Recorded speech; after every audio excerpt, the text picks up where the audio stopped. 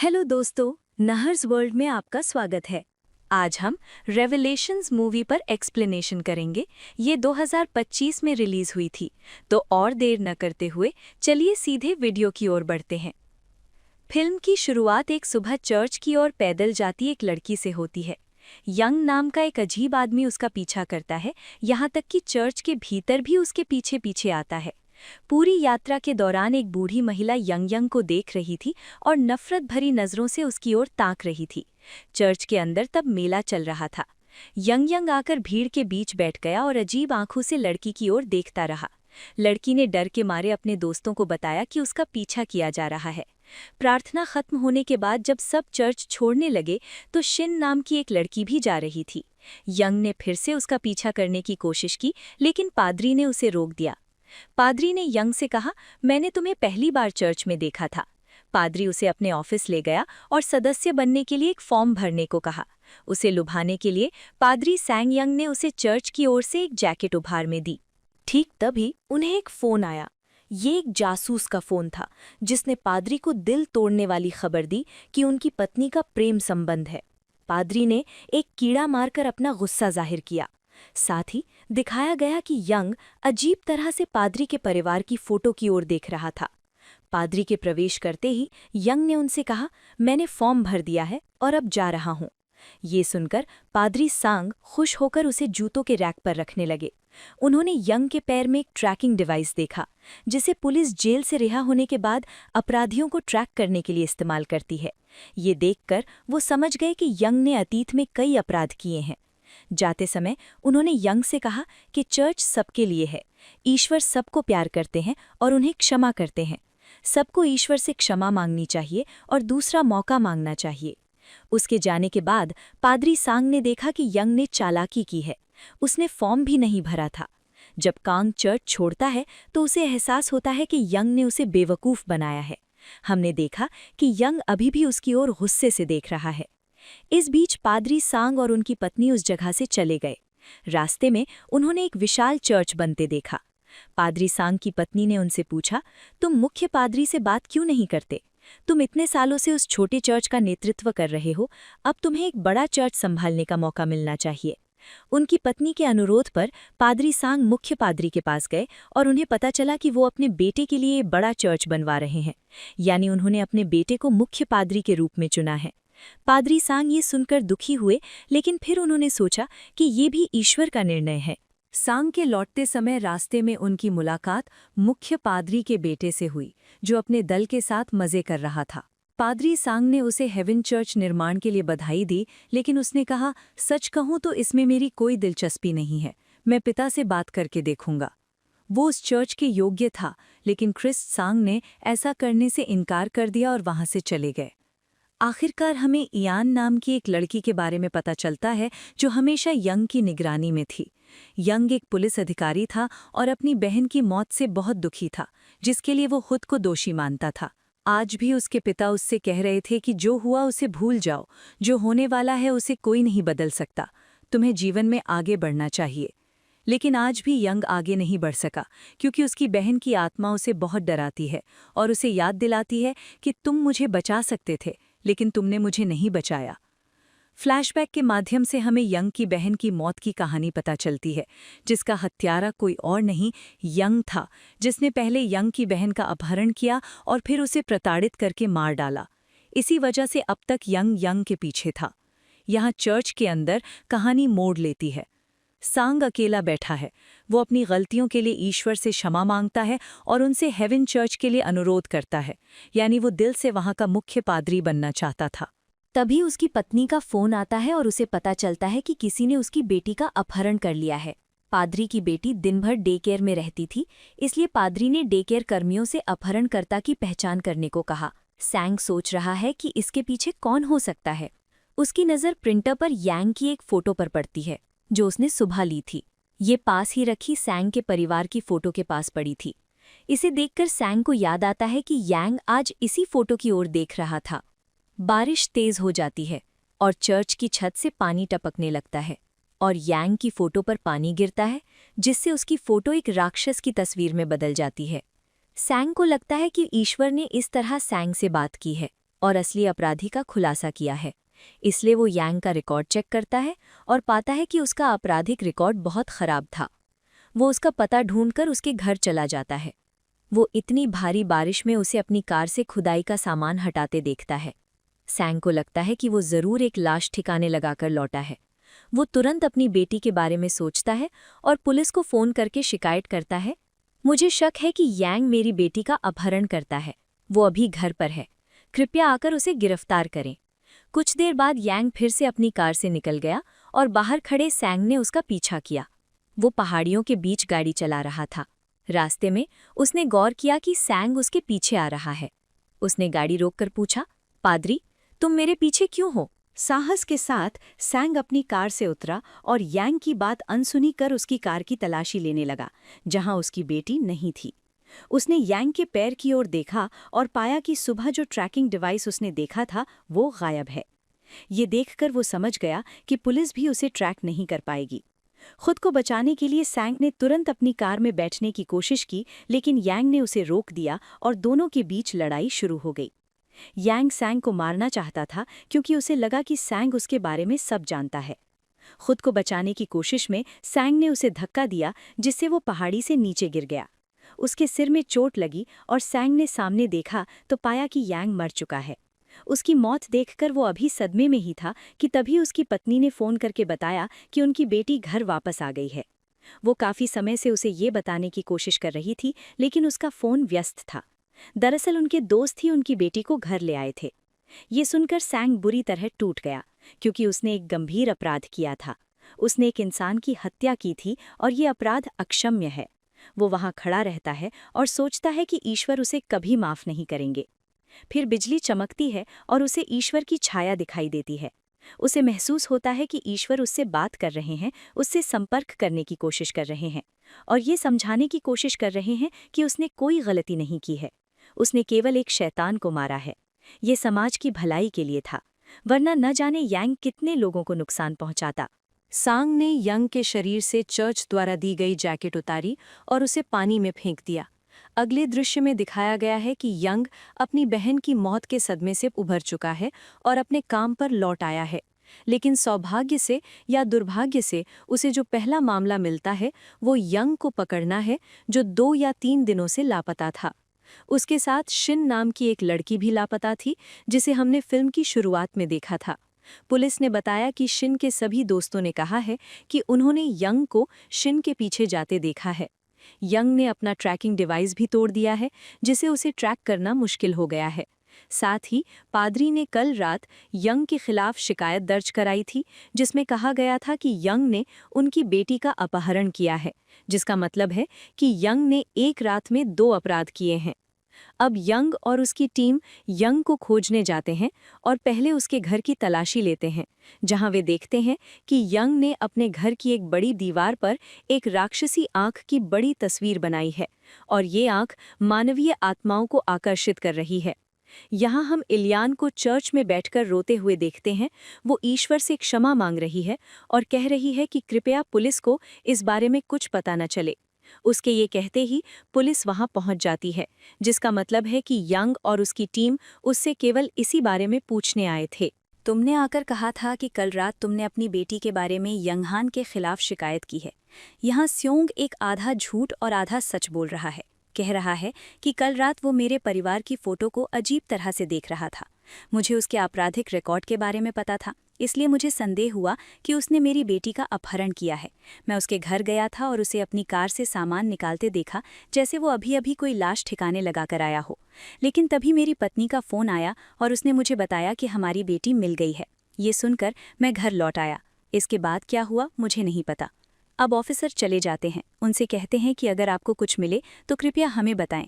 Shin नाम की लड़की जो पिछले 2 दिनों से आपके चर्च आ रही थी लापता है। केवल योन उसकी स्थिति के बारे में जानते हैं। योन जो चर्च की बारीकी से निगरानी कर रहा है, प्रिंटर पर यंगहान की वही फोटो देखता है जो पानी से भीगी हुई थी, और पादरी स्योंग के जूते भी देखता है जो पहाड़ी की कीचड़ से सने हुए थे। खैर, यहाँ हम पादरी स्योंग को देखते हैं। अभी भी गहरे अपराध बोध में वो स्वीकारोक्ति कन्फेशन देने मुख्य पादरी के पास जाता है।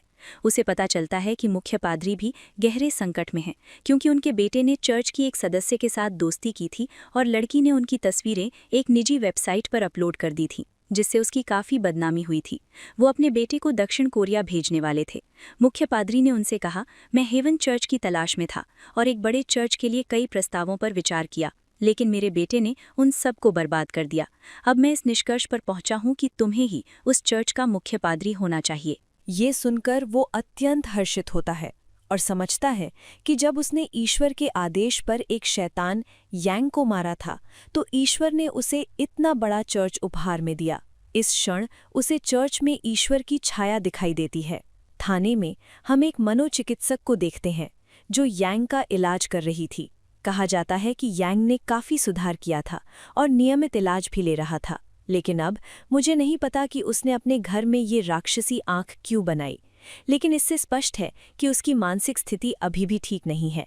डॉक्टर से ये बात सुनकर यांग बहुत गुस्सा हो गया और समझ गया कि एक बार फिर ये डॉक्टर उसकी मानसिक स्थिति का हवाला देकर उसे बचा लेगा। वो ऐसा इसलिए कह रहा था क्योंकि उसकी बहन के मामले में पहले भी ऐसा हो चुका है। यांग ने अपनी बहन को पीटा था, लेकिन उसे सज़ा नहीं मिली क्योंकि डॉक्टर ने यांग को मानसिक रूप से बीमार घोषित कर उसे राहत दे दी थी। डॉक्टर ने अदालत को ये भी समझाया कि अगर उन्हें किसी अपराधी को पकड़ना है तो उन्हें यांग के पिता को पकड़ना चाहिए, जिन्होंने यांग के बचपन में उसे इतना प्रताड़ित किया और इस स्थिति को पैदा किया। दरअसल यांग ने यांग की बहन की हत्या नहीं की थी, उसने केवल उसे प्रताड़ित किया था। प्रताड़ना के कारण वो यांग और सभी पुरुषों से बहुत डरने लगी थी और इस डर को खत्म करने के लिए उसने आत्महत्या कर ली थी।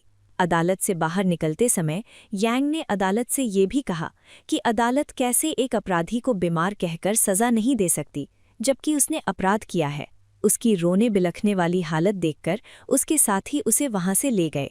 खैर, वर्तमान समय में वापस आते हैं। फिर हम इयान को दोबारा डॉक्टर से मिलते देखते हैं।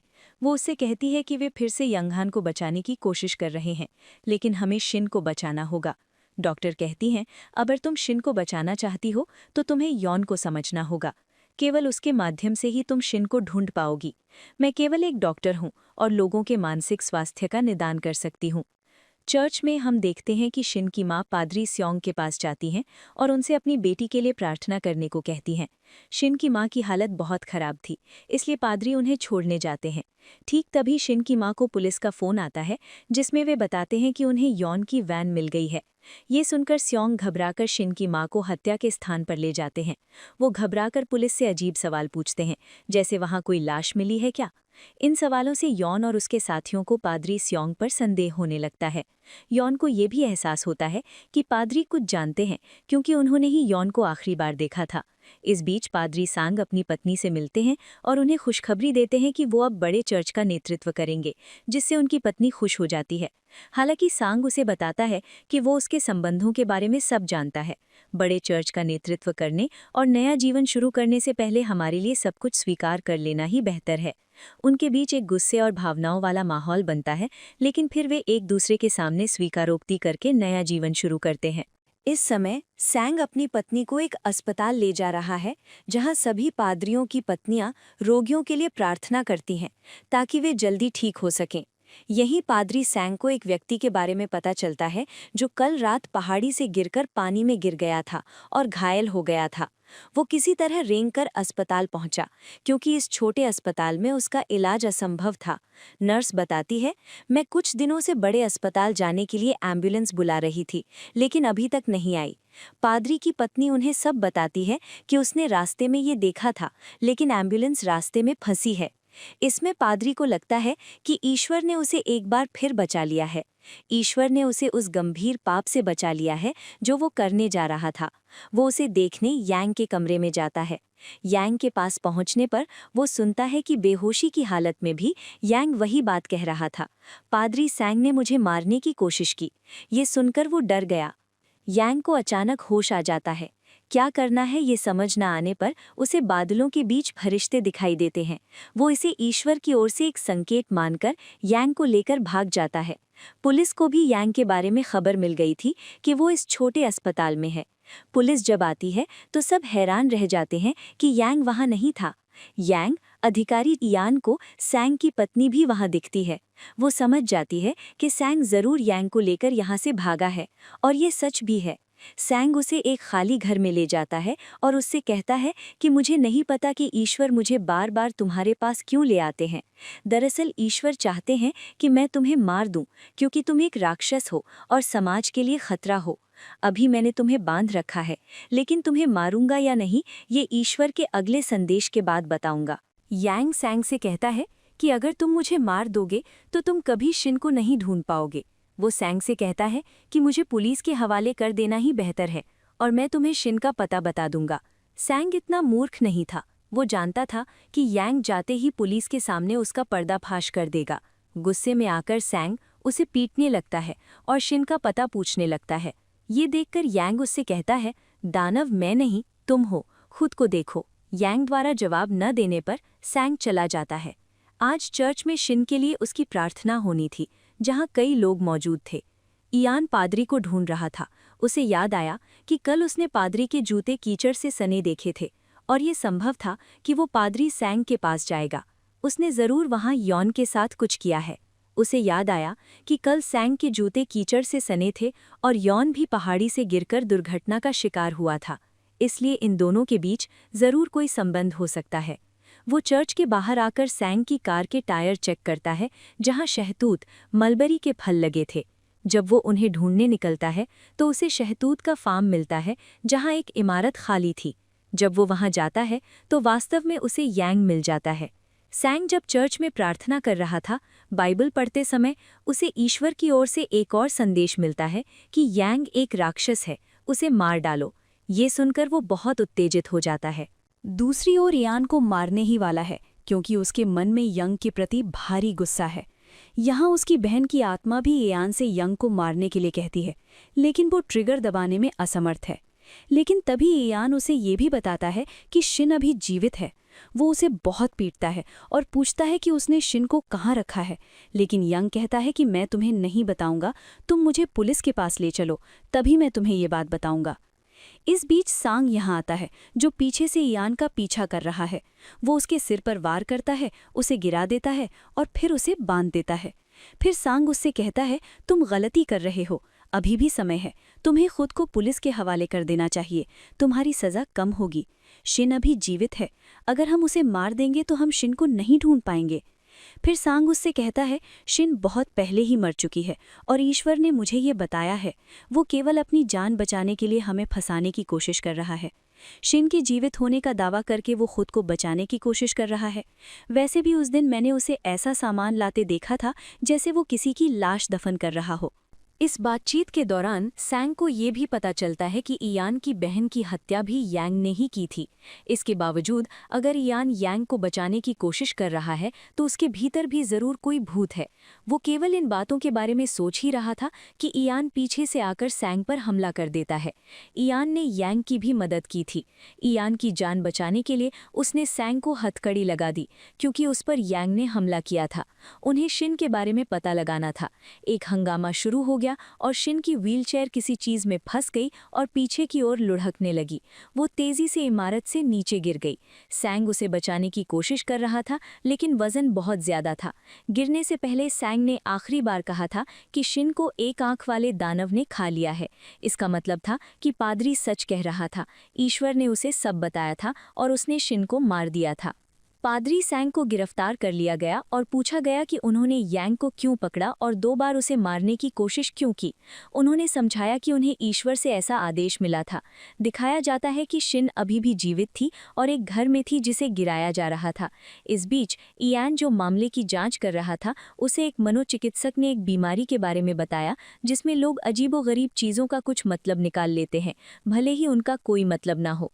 पादरी सैंग को भी यही समस्या थी, जिसके कारण उन्हें हर चीज में ईश्वर दिखाई दे रहे थे और वो चीजों को ईश्वर का आदेश मान रहे थे। इसके बाद इयान को डॉक्टर की बात याद आती है कि अगर आप शिन को ढूंढना चाहते हैं तो आपको यंग को समझना होगा। वो डॉक्टर से यंग के बारे में पूछता है। फिर डॉक्टर उसे बताती है कि यंग के पिता बचपन में उसे बहुत प्रताड़ित करते थे। इसी वजह से उसे हर चीज में भूत दिखने लगे। वो उसे एक छत पर रखता था जहाँ एक सुनहरी खिड़की थी, जिसे उसने दानव की आंख मानना शुरू कर दिया। उसे तुरंत याद आया कि यंग ने उससे कहा था कि शिन को एक आंख वाले दानव ने खा लिया है, जिसका मतलब है कि वो जरूर उसी घर में होगी जहाँ यंग रहता था। ये जानकर वो तुरंत अपनी बैकअप टीम को बुलाता है और उन्हें उन घरों में ले जाता है जहाँ यंग रहता था और जिसे ये लोग नष्ट करने वाले थे। लेकिन उससे पहले यंग वहाँ जाता है और शिन को बचाता है। शिन उस समय उसी छत पर थी जहाँ यंग रहता था। अंत में शिन को बचाने के बाद इयान आता है। वो पादरी के पास जाता है और उससे कहता है कि हमने शिन को जिंदा पकड़ लिया है। ये सुनकर पादरी बहुत हैरान होते हैं और कहते हैं कि ईश्वर ने मुझसे कहा था कि वो मर चुकी है। फिर वो पादरी को उनकी बीमारी के बारे में बताता है जो मस्तिष्क से संबंधित है, और इस बीमारी में इंसान हर बेमतलब चीज़ में मतलब देखने लगता है, और सांग के साथ भी यही हुआ था। वो उससे कहता है कि जिसे तुम ईश्वर की क्रांति मान रहे थे वो केवल तुम्हारी बीमारी थी। पादरी सांग को भी अपनी स्थिति का एहसास हुआ। उन्होंने अपना अपराध स्वीकार किया और स्वेच्छा से जेल में रहने का निर्णय लिया। हालांकि उनकी बीमारी के कारण उन्हें रिहा किया जा सकता था। जेल में उसे फिर से दीवार पर ईश्वर की एक तस्वीर दिखाई देती है, लेकिन वो उसे साफ करना शुरू कर देता है क्योंकि वो समझ गया था कि ये केवल उसकी बीमारी है। दूसरी ओर इयान की समस्या ये थी कि उसे अपनी बहन की आत्मा दिखाई देती थी। डॉक्टर ने उससे कहा कि ये वास्तव में उसकी बहन की आत्मा नहीं है, ये उसका अपना अपराध बोध है जो आत्मा के रूप में उसके सामने आता है। इयान ने भी ये समझ लिया और अपने दिल से ये अपराध बोध निकाल दिया कि वो खुद अपनी बहन की मौत के पीछे था।